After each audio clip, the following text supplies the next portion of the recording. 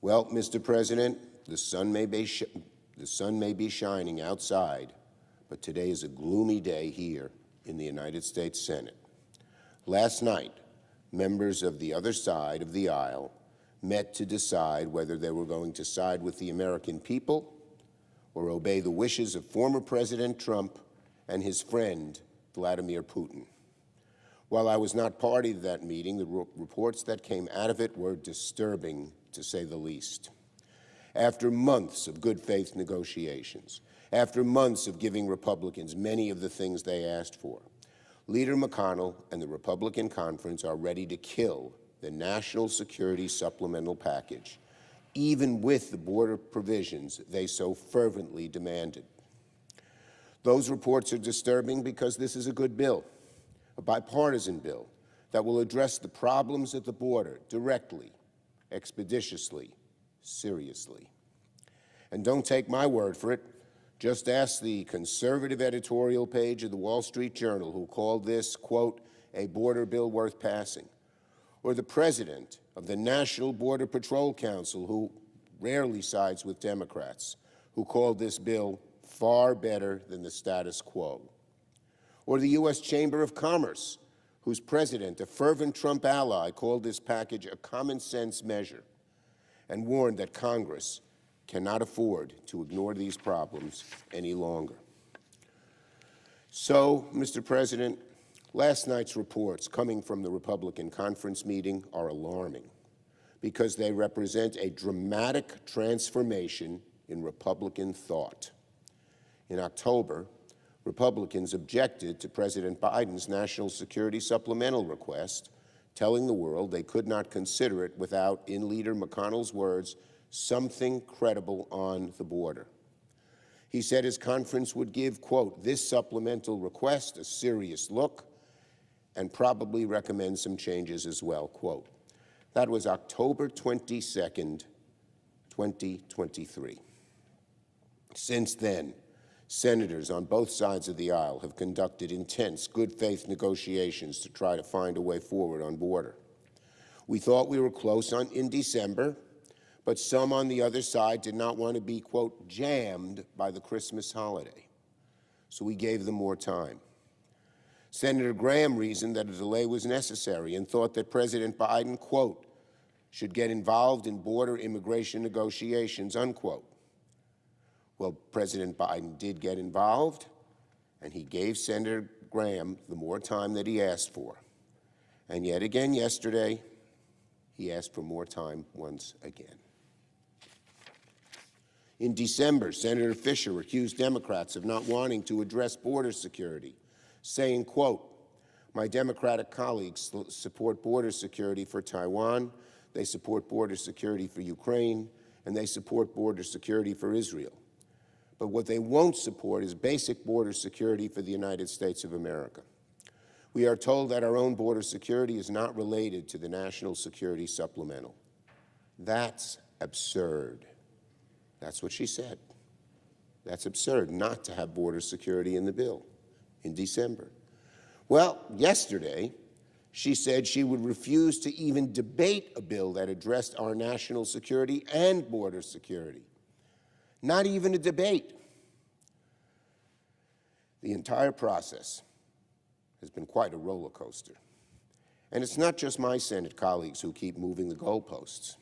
In November, Speaker Johnson said, quote, with our appropriations bills for Ukraine funding, for example, we're going to marry that to border security. These two things are going to be handled together because we believe it's a top priority, end of quote. But when former President Trump said he didn't want Republicans to solve the border problem, that he wanted it as a campaign issue, Speaker Johnson did a 180-degree about-face and obediently and obeisantly changed his tune. Now, Mr. President, I understand politics. I understand electoral strategy. But for more than a year, members on the other side of the aisle have been wailing that the border was an emergency situation, that the country was in urgent crisis. As the senior senator from Wyoming said, quote, this crisis requires swift, serious, and substantive action. Or like the senior senator from Texas said, The current crisis cries out for a solution, and nobody believes the status quo is acceptable. Or how about the words of Speaker Johnson just 1 month ago? Just a month ago, he said, "The time to act on the border is yesterday." This morning, Republicans are singing a new tune. Suddenly, this crisis is not so urgent. Suddenly, we need to take even more time before we address this crisis. One hard-right Republican member of the House even ridiculously suggested that we wait until after November. This morning, a member of the Republican leadership who had recently called for swift action now says that action must wait until after the election, the next election. Give me a break. Today, this is the new Republican line on the border. It's an emergency, but it can wait 12 months or till the end of time. What utter bunk. A cynic might suggest that this request for more time was a political ploy. But maybe we should take the Republicans at their word. Maybe we should take them at their word when they say there is absolutely no reason to agree to policies that will further enable Joe Biden. Or when they say, let me tell you, I'm not willing to do damn much right now to help a Democrat. That is why, Mr. President, this is a gloomy day. That is why the Republican Party is being thrown into disrepute by many of its own members back in the States. Some Republicans will claim they have not had enough time to read the bill. Some Republicans will claim that they want an amendment process. Some will claim that they want guarantees their amendments will be accepted. Some Republicans will claim we need more time for debate and consideration. My guess is they'll ultimately want 10 to 12 months. Finally, some Republicans will claim that we should separate, new tune, separate border solutions from funding for Ukraine. I'd like to address each of those claims right here, right now. For those who've claimed they have not had enough time to read the bill, on January 25th, 10 Republican senators wrote me a letter. In fact, I'd like to introduce the letter into the congressional record. Without objection.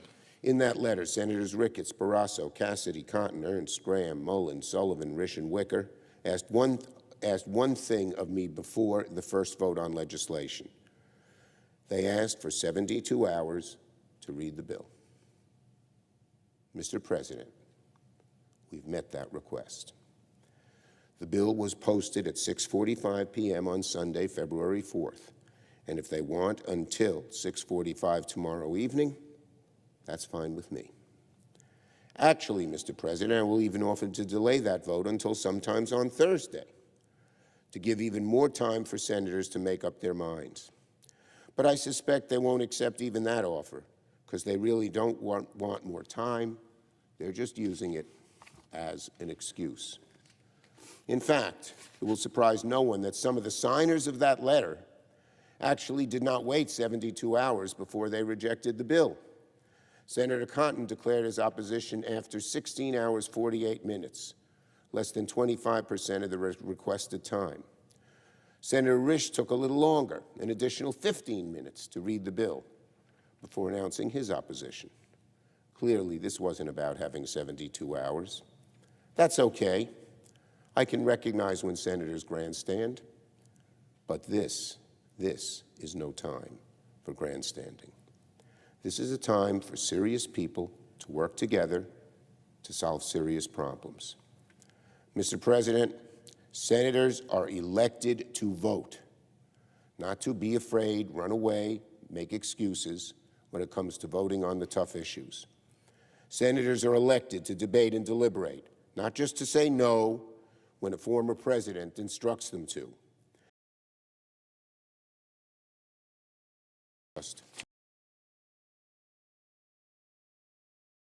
Make speeches. If my colleagues want more time, fine. All they have to do is vote yes tomorrow. That will mean the Senate will have up to 30 hours of debate before we lay down the motion to proceed. Again, I want to be clear. The vote tomorrow is not about the substance of the bill. No one is being asked to take a position on the supplemental tomorrow. The only thing a yes vote would allow is for the Senate to simply begin to consider, discuss, and debate the vitally important issues before us now. And we'll have plenty of time to do so because we will stay here in session as long as it takes. That brings me to the Republicans' second claim. They want an amendment process. Well, during my time as Majority Leader, I've presided over more amendment votes than the Senate held in all 4 years of the Trump administration. So I'd like to remind my colleagues about Senate procedure. If you want a chance to amend a bill, it turns out you actually need to get on the bill first. Voting no says no amendments. And further, once we are on the bill, you still possess the power to kill the entire bill if the amendment process is not to your liking. You can hold out for your amendments. You can hold out if you want to reread the bill again and again. And you can hold out if your amendments fail. But our Republican colleagues, we know this, really don't want any of those things. And when they won't, they forfeit their ability to address the border situation at all. When they vote no, they forfeit their ability to address the border situation at all. So I urge my colleagues on both sides of the aisle to vote yes on the bill so we can discuss amendments, timing, and any other issues. The issues in Ukraine, in Israel, humanitarian aid, the South Pacific, and the border are urgent. And so many of my colleagues have said they are urgent. Well, let's vote. It's urgent. We've spent months talking and debating. It's time to vote. Make no mistake about it. A no vote says, I never want to move forward on the border, not with amendments, not without amendments, not now, not later. We must move forward. We cannot wait any longer. We have waited long enough. Now, for my Republican colleagues who say that we need more time to debate and consider the bill and I don't want to be jammed, I have a question. In September, you told us we cannot provide support to the people in Ukraine without addressing the border crisis. In December, you told us that leaving for Christmas break was more important than solving the border crisis. Now in February, you're telling us you need more time. So, the question I'd like answered, and that the American people want an answer to, is this. What date would work, my Republican friends? If you don't want to solve the border crisis and fight Putin today or tomorrow, when do you want it? Would Saturday, the 24th of February be a good day for you? The day that marks the second anniversary of Putin's invasion of Ukraine, so it can have symbolic value? And since that falls on a weekend, maybe we could vote on Monday the 26th. Just let me know. We can schedule it. We have other options. You just have to tell us what day would work. We can change the schedule. But we are voting to move to proceed Wednesday night, or if you want the extra day, Thursday. Would you be willing to address those tough issues in March, in April, in June, in July? Mr. President, I suppose I won't get a response because it seems the only date Republicans seem to care about is November 5th, Election Day. We all know what's going on here. Donald Trump would rather keep the chaos at the border so he can exploit it on the campaign trail instead of letting the Senate do the right thing and fix it.